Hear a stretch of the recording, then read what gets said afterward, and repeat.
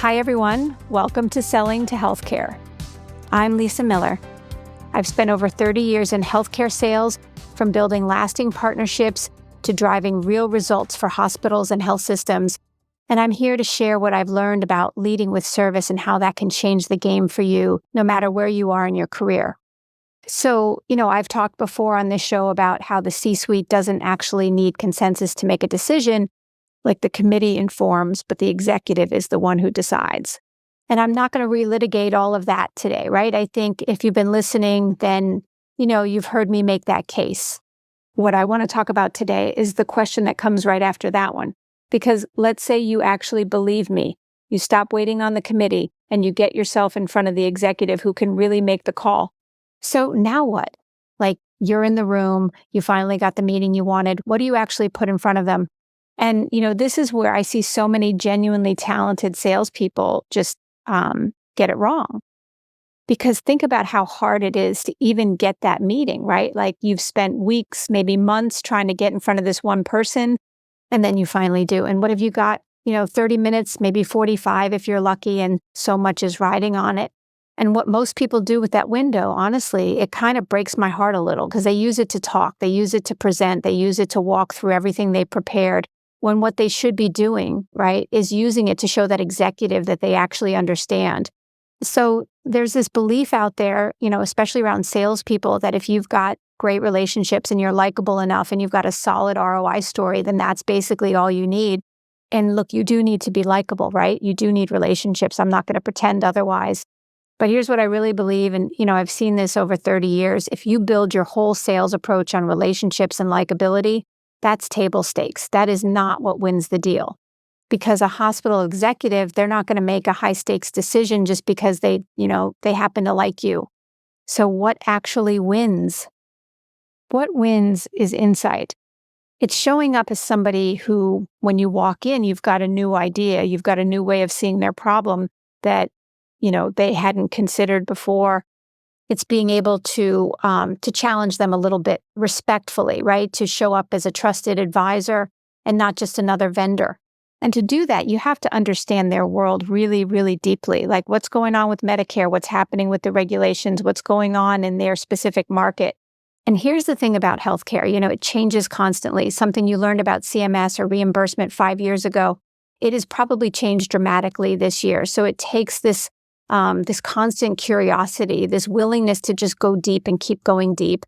And, this is the part that I think most people really underestimate. Like, they see the meeting, they see the conversation that goes well, but they don't see the work underneath it. And honestly, most of the work in context selling, it happens way before you ever get into the room. It's the reading, it's the research, it's, sitting with a problem and really thinking it all the way through. I'm a big believer in just giving yourself thinking time, like actual quiet time to wrestle with what's really going on inside an organization. Because that depth, it doesn't show on the surface, but the executive, they feel it immediately. They can tell within the first few minutes whether you've actually done the work or whether you're just, winging it with a polished deck.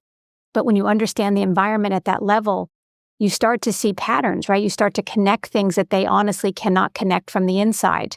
And, that's really the shift I want you to make, from showing up as someone who sells something to showing up as someone who knows something. Because when you walk into an executive's office and you bring them a genuinely new idea and insight about their own organization, you've changed what kind of meeting it even is. It's not a sales call anymore, right? It's a conversation between two people who both care about the same problem. And that's the room you want to be in. And that's what I call context selling. And context selling is really about understanding where decisions actually get made and what executives need in order to make them, and how to show up genuinely prepared for that conversation.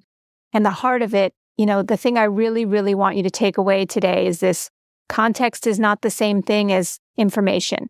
And I think this trips up almost everyone, because the instinct when you finally land that meeting is to bring more, like more slides, more data, a thicker deck, one more attachment. But a 30-page deck, that's information. A follow-up email with a bunch of attachments, that's information. An industry report, that's information too. And here's the thing, executives, they are already drowning in information, right? They do not need more of it from you. What they need is context. And context, it's a clear picture of where their organization actually is right now and the specific pressures that executive is navigating this quarter, this year, and how what you do connects directly to what they're trying to accomplish. So it's specific and it's relevant. And most of all, it's about them, not about you. Like information is you talking about your product. Context is you showing them something true about their own business that they didn't already see. And that's a completely different conversation. So let me make this really concrete because I think it's easy to nod along and then go right back to building the same deck. So let's say you sell, some kind of revenue cycle solution into hospitals. The information version of that meeting, it sounds like, here's our platform, here are our features, here's our case study, here's a customer who saw a 15% improvement, and, it's fine, it's accurate. But the executive is sitting there thinking, okay, so what? Now, the context version, that sounds completely different. It sounds like, I've looked at your market and I can see that 2 of your competitors just expanded their service lines.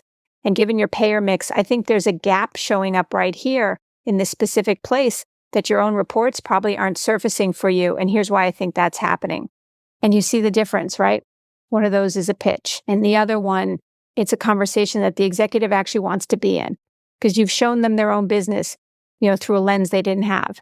And, something really happens in that moment because the second you show an executive something true about their own organization that they hadn't seen, the whole dynamic shifts. Now you're not a vendor they're evaluating, right? You're someone who might actually be useful to them. And that's the relationship that wins. Not, I like this person. It's, this person sees something I don't. And honestly, that's a kind of trust you cannot get to with charm. You can only get to it with insight. And here's the other piece I really want you to sit with. A lot of sellers, they walk into that room trying to get everybody to agree. And honestly, getting a healthcare C-suite to agree on anything, it's extraordinarily difficult, right? Because you've got the CFO thinking about margin, you've got the CMO thinking about patients, you've got the COO thinking about operational burden. They don't naturally agree. They're often in tension. So if your whole strategy is to get all of them to agree, you've kind of set yourself an impossible task. But getting them to feel confident in a decision, that's a different thing entirely, and it is solvable. And I think that distinction, it's really the core of everything I'm going to talk about. Because your job in that room is not to manufacture agreement. It's to give the decision maker enough context, delivered with enough credibility, that they feel confident enough to actually move. And what does confidence actually mean for an executive, right? It means they can defend the decision to their board. It means it ties clearly to a goal they already care about. It means they don't feel personally exposed if somebody questions it later. And it means they trust where the thinking came from. And I think that that personal exposure piece, it's bigger than most sellers really realize. Because when an executive signs off on something, their name is on it, their reputation is on it. Like if it works, great. But if it goes sideways, they're the one who has to answer for it. So they're not just asking, is this a good solution? They're quietly asking, am I going to look smart for choosing this? Am I picking the right partner here? And your context, that's what answers that quieter question, right? It's what lets them feel like, yes, I can put my name on this. And a confident executive, they'll bring their own people along. That part is their job. It's not yours. And this is really why I think so much of consensus selling, it actually backfires on you, because when you spend all your time down in the middle of the organization working through committee after committee after committee, what's really happening every week that deal spends working its way through the middle, that's a week your message gets diluted. It's a week your competitors get more access. And it's a week the executive who could actually move things forward, they still don't even know your name. And then when your deal finally does reach the C-suite, you're often not even in the room, right? You're number 13 on a list of people they've already heard from. And whatever context you had, by then it's been flattened into one slide in somebody else's deck. And that slide, it doesn't carry your conviction. It doesn't carry the why. Like somebody in that room asks one hard question and there's nobody there who can actually answer it. And the whole thing, just quietly loses momentum, not because it was a bad fit, right? But because the context never made it into the room. So here's the discipline. And, this is really the mindset shift I want to leave you with. Context is something you build before you walk in the door. It is not something you show up hoping to gather once you're sitting there.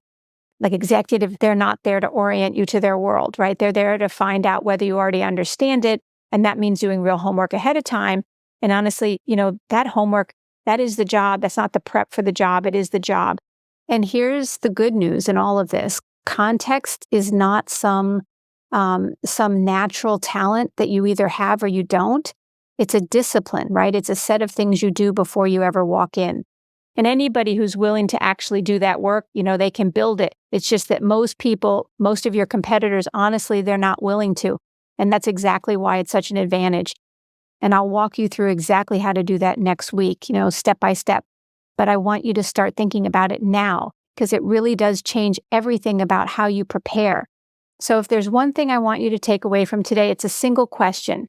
Because most salespeople, they walk into a deal asking, how many people do I need to convince? And I want you to just throw that question out. And instead, I want you to ask, what does the decision maker need to feel confident? Because that one shift, it changes who you spend your time with. It changes what you bring to the meeting. And honestly, it changes how you show up.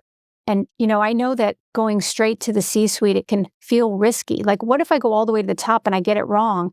But honestly, the worst case scenario when you go directly to an executive is that they point you to the right person. And you know what? You can absolutely live with that. What you can't really afford is to spend, 6 months building a coalition down the middle while somebody else is up top quietly building context. I really believe that the sellers who win in healthcare over the next few years, they're not going to be the ones with the biggest teams or the slickest decks. They're going to be the ones who do the work to understand, and who show up with context instead of just information. And that, honestly, that's the whole game. So next week, I'm going to walk you through the 5 steps of context selling, like exactly how you build that context and how you deliver it and how you make it travel, even when you're not in the room. So if your sales team is still trying to win deals by building the biggest possible coalition, I think you're leaving the most important conversation off the table. And if this resonates with you, I talk about this a lot in my newsletter and in my work with revenue leaders. There's a link in the show notes. That's it for today's episode of Selling to Healthcare. I'm Lisa Miller, and I'll be back next week with the 5 steps to actually drive decisions in the healthcare C-suite. Until next time.